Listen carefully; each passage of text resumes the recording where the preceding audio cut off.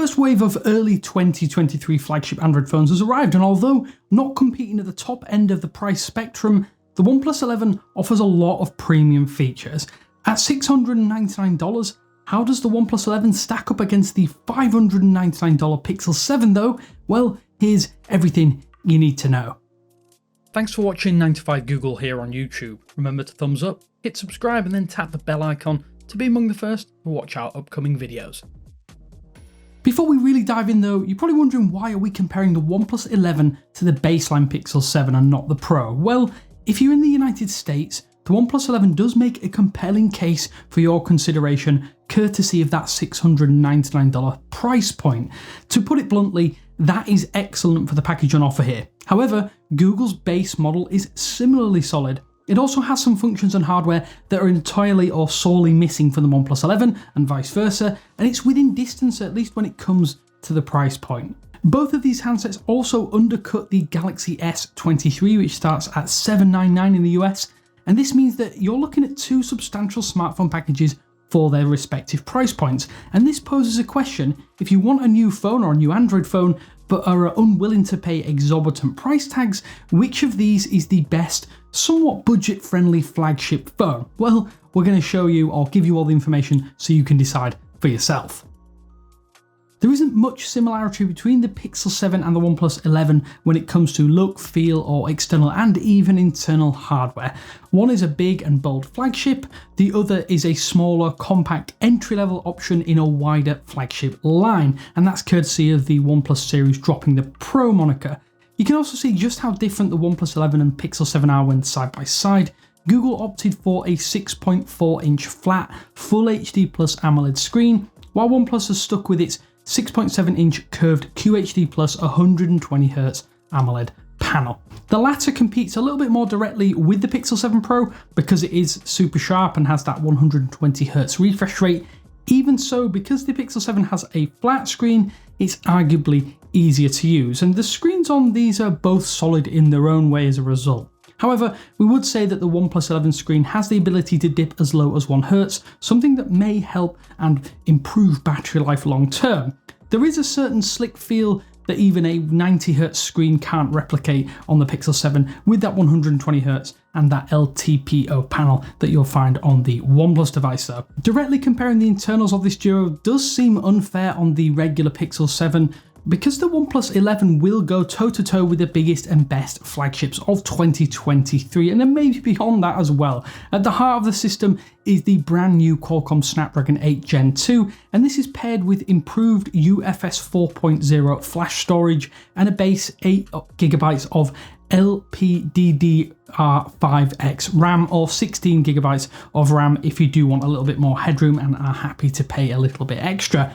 With a much slower Tensor G2 processor, solitary 8GB of RAM option, and slightly slower UFS 3.1 storage, raw power just is not as readily available on Google's base flagship model for late 2022 and now early 2023. The argument in favour of the G2 processor though is that the Pixel 7 will excel in AI processing areas like language detection and things like auto image tuning that use the Tensor chip to its utmost abilities.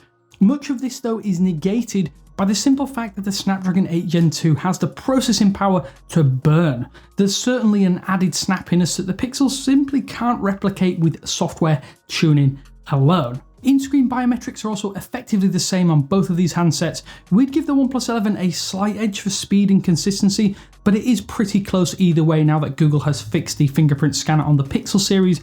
Face Unlock as well, software-based Face Unlock, is available as a backup on the Pixel 7 if you do prefer using that over the in-screen optical reader, and you may want to use that, as sometimes people have been encountering problems, although it has been resolved as we've mentioned. Now, if you've been living under a rock for a long time, then we're sorry to break it to you, but the light and clean Oxygen OS that was the signature of OnePlus phones of years gone by is now long dead. Although the OnePlus 11 is running Colour OS in all but name, the device does ship with Android 13 pre-installed. The Pixel 7 also comes with Android 13 pre-installed, but it's slightly different. Material U is at the very heart of the Google build, while Oxygen OS 13 looks and feels very different despite using that same core operating system. Dynamic colour tuning is present, but but there are more out-of-the-box options for customization, plus there's a little bit extra bloat due to the inclusion of some OnePlus-specific apps. Zen Mode, Gallery, OnePlus Community, plus a few more are bundled in here. That's not all though, as a few third-party apps also come pre-installed, such as Netflix and Amazon. Luckily though, these can be deleted if you wish, but some duplicates such as the default Gallery application and the Files app can't be removed. In terms of features though, Google's approach is to offer smart functionality that leverages Tensor.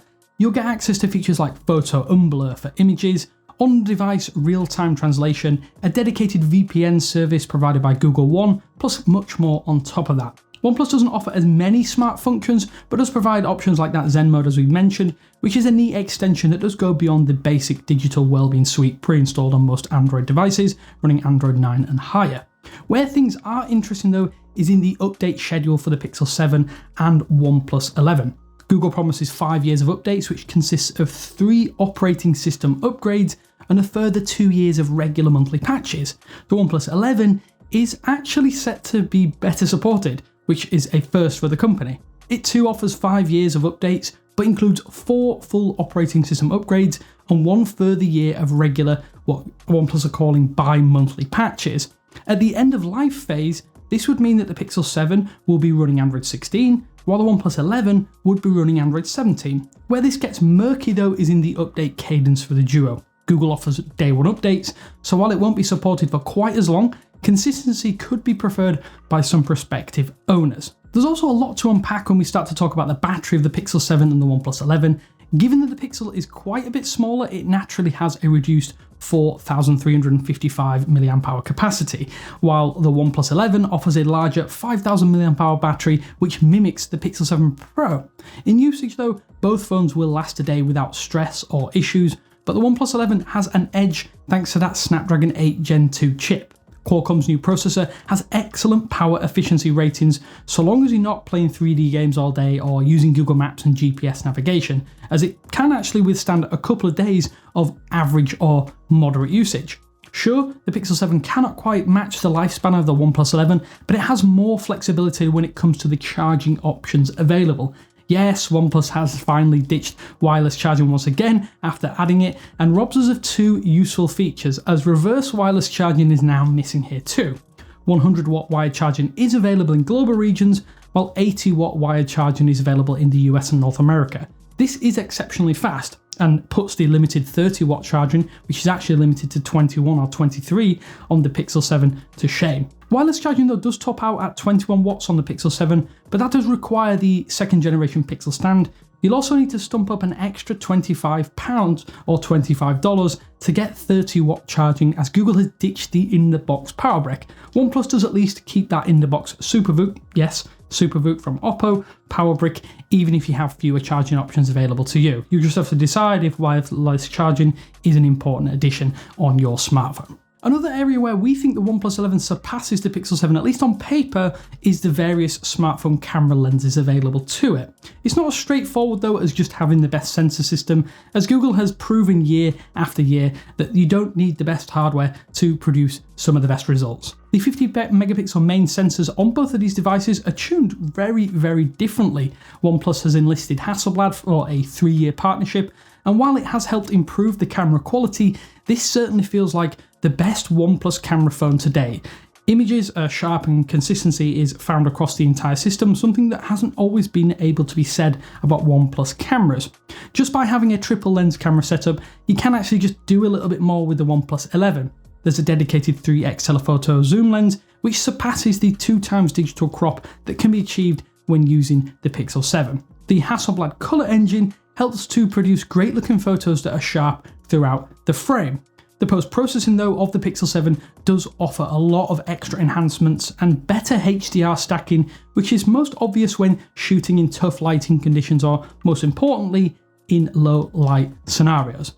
Camera modes though are plentiful on the OnePlus 11. In fact, it does also put the Pixel 7 to shame in this area too. From a dedicated Pro mode to Hasselblad specific options, OnePlus has really stuffed this 2023 flagship with features for the mobile photographer. Google offers a bare-bones selection of camera features by comparison, but it excels at having a true point-and-shoot smartphone camera that can do just about everything you want it to. You can access some extra features like long exposure modes, and even 10-bit HDR10 video is included with 4K 60 on all lenses, something that the OnePlus 11 can't match. That said, the OnePlus 11 does have 8K 24fps video recording. It's also available alongside some film presets to add a little extra flavour to your mobile videos. So despite the attempted positioning of the OnePlus 11 among the elite Android flagship phones, it has a lot more in common with the base model Pixel 7, as the former handset does lack a few premium hardware choices. In a similar manner, Google simply omitted things like a QHD Plus display and telephoto camera lens to help keep that price low. The OnePlus 11 offers an incredibly compelling package, given it's just $100 more expensive than the Pixel 7. There's mountains of under the hood power, a sizable camera system upgrade, and excellent battery life to boot. Plus, it'll get support for longer. Conversely, the Pixel 7 is Android as it's intended by Google. It doesn't quite stack up against the OnePlus 11 in our opinion, but it's an exceptional phone in its own right. Kudos to OnePlus, as we have to say the OnePlus 11 has managed to force its way into the position of the best budget Android flagship by virtue of the old school pricing model. Being $200 less than the Pixel 7 Pro really does highlight how well OnePlus has priced the 2023 flagship, and we think you should definitely or seriously take a look at this phone if you are in the market for a brand new device. I want to know though which you would choose and why. There's always multiple reasons why people want a particular brand over another. Let me know down in the comment sections below and try to keep it civil. Until next time though, this is Damien with 9to5Google. Thanks for watching, and I will speak to you later.